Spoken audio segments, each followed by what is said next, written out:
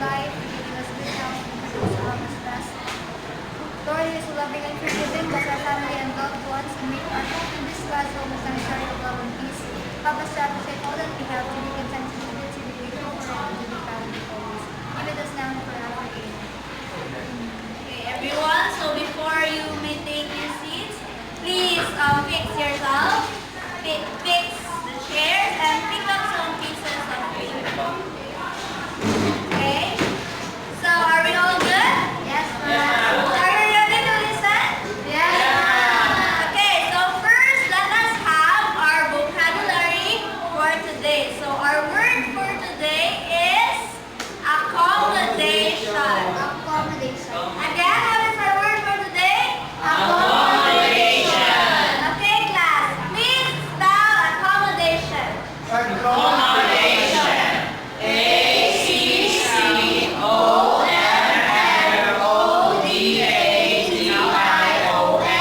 Accommodation. Okay, very good. So accommodation means a place where people can live, stay, or work, especially on a holiday. So we have here an example photo of what is accommodation. Okay, do you understand? Again, what does accommodation mean? A place where people can live, stay, or work, especially on a holiday. Okay, very good. Okay, you may now take your Thank you, ma'am. Okay guys, so for our motivation, I will share some sentences to you and then you tell me if what is that sentence all about or if you have understood that sentence, okay? Yes, ma'am. Okay, so first sentence is, I usually answer halos I live in Maharlika village with Playa Double City. Okay, anyone? Yes, Chukas, did you understood the sentence? Not really. Not really, Just but fragments. okay, what have you understood? Fish, Aplaya. I think yeah, I think Matina also. Yeah, I don't know. Okay, so thank you. Next, the next sentence is she sells seashells on seashore. She sells seashells on the seashore. Okay. Yes, Shane. What have you understood or grasped based on what I've said? I don't understand the sea. The seas. Okay. So I think not. It really matters on how a person speaks the sentence clearly so that the audience could properly understand what he or she is saying. Before we proceed to our official topic for today, or the main topic for today, we'll have a little bit of review of our last topic, which is stress and intonation. Now, in our previous discussion, we have defined those two. So, for you, early, what is intonation? Intonation can be classified into irregular and the following intonation, which is about how you say or you speak something, whether you raise or you lower your voice. Okay, that's correct. It's the exact definition of the intonation. And what about stress? Yes, Mr. Dominic. Stress. Stress is the diction or the how deep is the word is being pronounced or the thought it is. That's sir. That's it. Okay, so stress is the syllabus or the syllabus. The syllables which are emphasized. For example, we say desert and dessert. So if we say desert, which is the stress is in the first syllable, it means the kind of language is sandy and very hot, and dessert is the yummy things, the sweet cupcakes and cakes, whatever cakes we like to eat. So the stress may change the meaning of the word depending on the stressed syllable. So I guess it really shows that you have already learned and you have understood the lesson. So let's move forward to the main topic. Class, before we start with the proper activity, I want to ask you guys if what these are. Seashells! Yes, these are seashells. Now, where can you find seashells? In the sea. Now, are you familiar with the tongue twister? She sells seashells. Yes! Very good. Now, this is our activity for today. The tongue twister, read all together. She sells seashells. Yes. I will group you into 3 groups. Now, this will be group 1, group 2, and group 3. Each of you will recite the tongue twister, she sells seashells. And this will be a contest. Whoever among you guys will finish the fastest will have a reward. A one-time keeper. I want any volunteer. Okay, girlie, you will be the timekeeper. You will sit here in front. Okay. I will give you 5 minutes to practice this tongue twister and we will be back for your performance, okay? Okay, now your 5 minutes is up. So first, one please. Okay, for the first group, so okay, Miss Girlie, you will give the cue for the start. Okay. 1, 2, 3, start.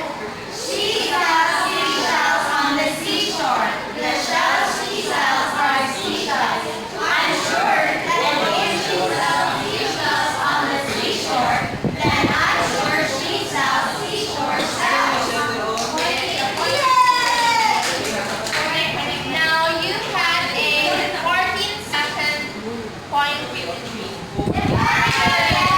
Give your hands for group 1. Now group 2. 1, 2, 3, go. She sells seashells on the seashore. The seashells are seashells, I'm sure. And if she sells seashells on the seashore, then I'm sure she sells seashore shells. Yes! They have a 8.83 seconds. So the group 2 defeated group 1. Give your hands for that. So, okay, now the group 3. Ready?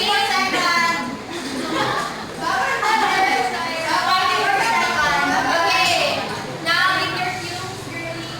Okay, 1, 2, 3, start. She sells seashells on the seashore. The seashells are seashells. I'm sure and she sells seashells on the seashore. And I'm sure she sells seashore shells. 13.15.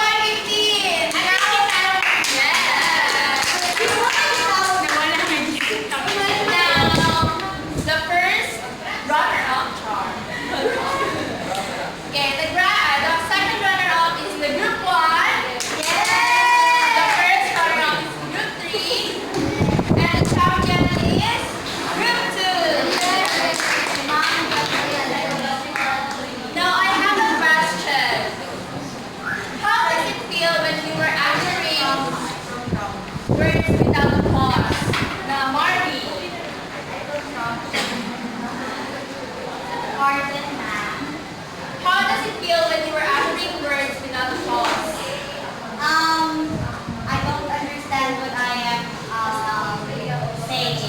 Yes. Or I'm reading. So, why do you think that?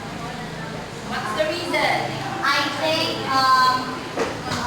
punctuation marks are really important when it comes to reading because it may vary or it may change the meaning of the message you want to convey. Very good. Now, do you think it's better to speak more slowly? Maria. I think it's better to speak slowly so that the person who is listening to you will understand what you are saying. Very good. Now, why should we pause when we speak or utter sentences? Girlie. Why should we pause when we speak or utter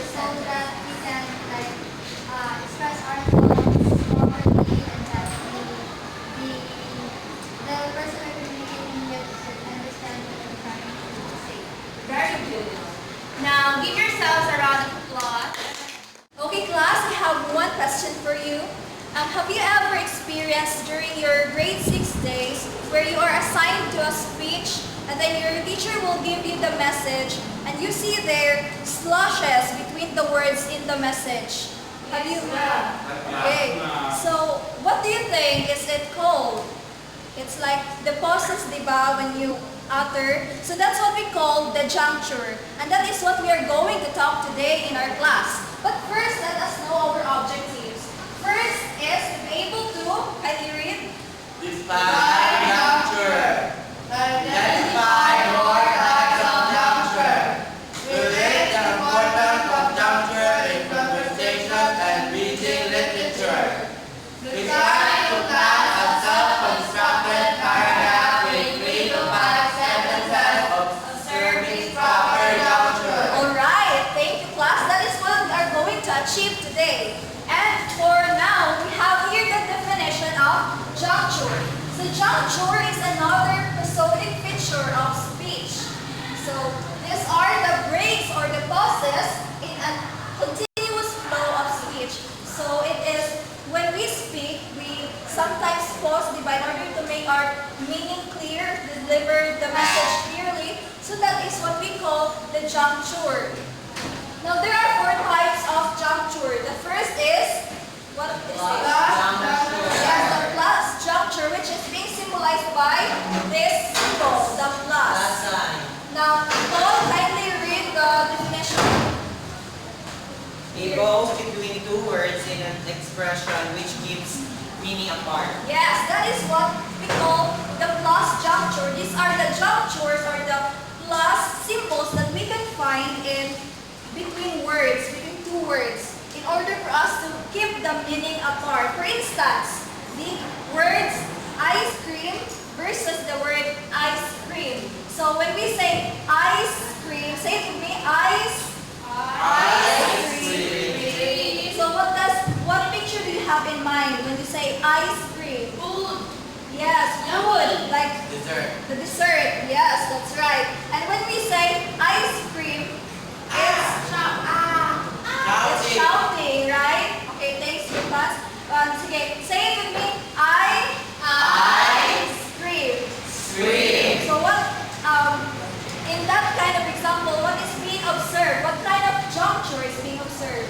The Plus So you now understand what is a plus juncture, right? Yes, Good job, kids. Now for the second type of juncture, we have the single bar juncture, which is being symbolized by the slash. Now, Samantha, kindly read the definition for the single bar juncture. Single bar juncture. A slight pause between 2 thought groups. Okay, so the single bar juncture is a slight pause between 2 thought groups. Now, how would we determine whether a sentence has 2 thought groups or not? So we will identify if it has a subject and a predicate. So a single bar juncture would cut the single and the predicate. Okay, so we will find it between them. Now for instance, kindly read in chorus. One who lives without a word is guilty. Now Jukons, can you identify there the subject of the statement? The pink one who lives without a word. Yes, right. That's the subject of the statement. Now how about the predicate? Samantha, can you point out what is the predicate of the sentence? Yes. So where can we find now the single bar juncture? In? Yes. The subject and the predicate. Yes, that's right. We can now find the single bar juncture between the subject and the predicate. So now you understand the single bar juncture and the plus juncture? Yes, ma'am. How about the definition of the juncture? Yes, ma'am. Okay, thank you kids. Class, now since you already discussed the first 2 types of junctures, we'll be continuing the discussion with the other 2, starting with the Double bar juncture. Okay, this double bar juncture it has a longer pause and it is put between two thought groups. It is commonly observed in sentences with appositives, before and after non-restrictive clause, and after verbal phrases. For example, my sister, Anna Sophia is a beautiful girl. And that is an example with an appositive sentence. So the question is, what is an appositive? Appositive is it is like serves an adjunct that you put to describe a subject. And yeah, that's it. Now going with another example, Pai Patel, who is an Indian, survived a shipwreck. So as you can see in this sentence, it states a before and after non-restrictive clause. It states a situation or describes the person or the subject that we talk about. Now, lastly, after brushing his teeth, the boy went to sleep. That is, as you can observe, it is the double bar is put after a verbal phrase. No? So in observing double bar juncture, one can observe and one can be determining it by simply finding thought groups. When you are able of identifying the thought groups, you will be able to put bar juncture or double bar juncture.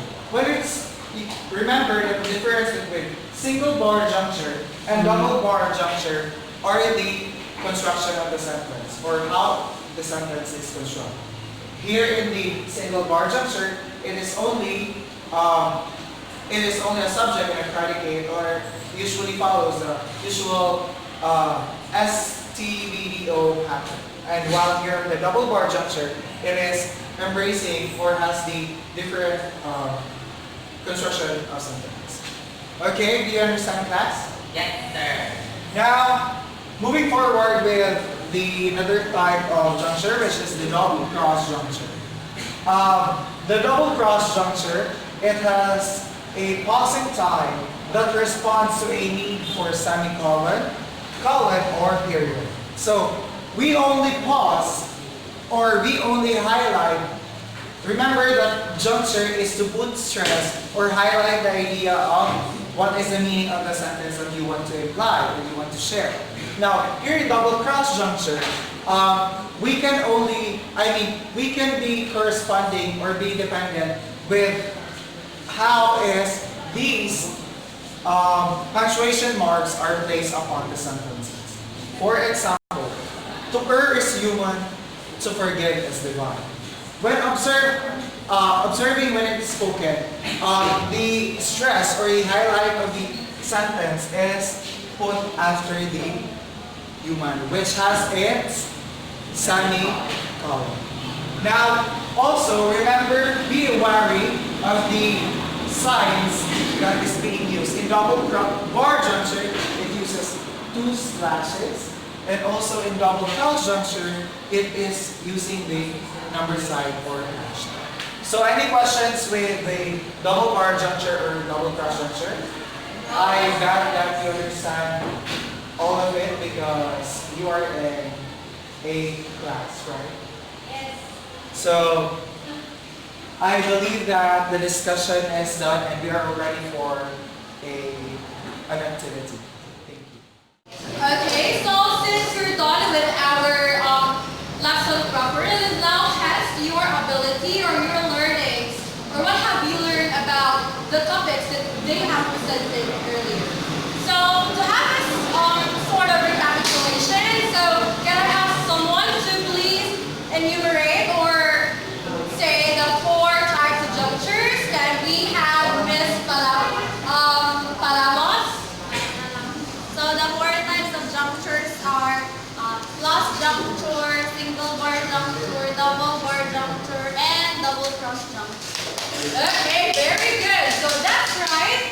So upon listening to the report, well, then you will be able to know what is the importance of junctures in our daily life conversation. So in that way, we would really know the significance of it because it doesn't just play a very specific role in a sentence. Instead, it really affects the way we deliver our speech, the way we talk to other people. So with that, I know that you've learned something today. So can I ask someone or all of you to please bring out one half sheet of paper, and then I will ask you to write 3 to 5 sentence paragraph about the importance of junctures and pauses in our daily life speeches or conversations. It can be peer-to-peer or student-to-teacher or anything, as long as you would really cite the importance of junctures and pauses. So after that, I would ask 2 students to present their work or output here in front. And we have this certain criteria. The first one is the observance of junctures, that is worth 20 points. Second one is the clarity of speech, worth 10 points. So a total of 30 points. So we'll give you 5 minutes to do that. Okay, you can start now. Okay, I guess time is up. So can you please pass your papers in front? 1, 2, 3, 4, 5. Okay. Okay, very good. So I guess all papers here. So I will ask 2 students to read his or her work in front. So may we have Mr. Ramirez. Okay.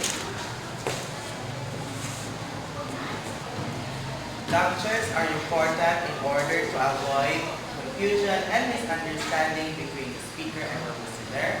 It gives clarity to the speaker and understanding to the audiences. It also gives emphasis to certain parts of the conversation to understand his or her feelings of the speaker. Okay, very good. Let's give him a round of applause. Very nice job. Okay, for the second presenter, may we have Miss Palamos.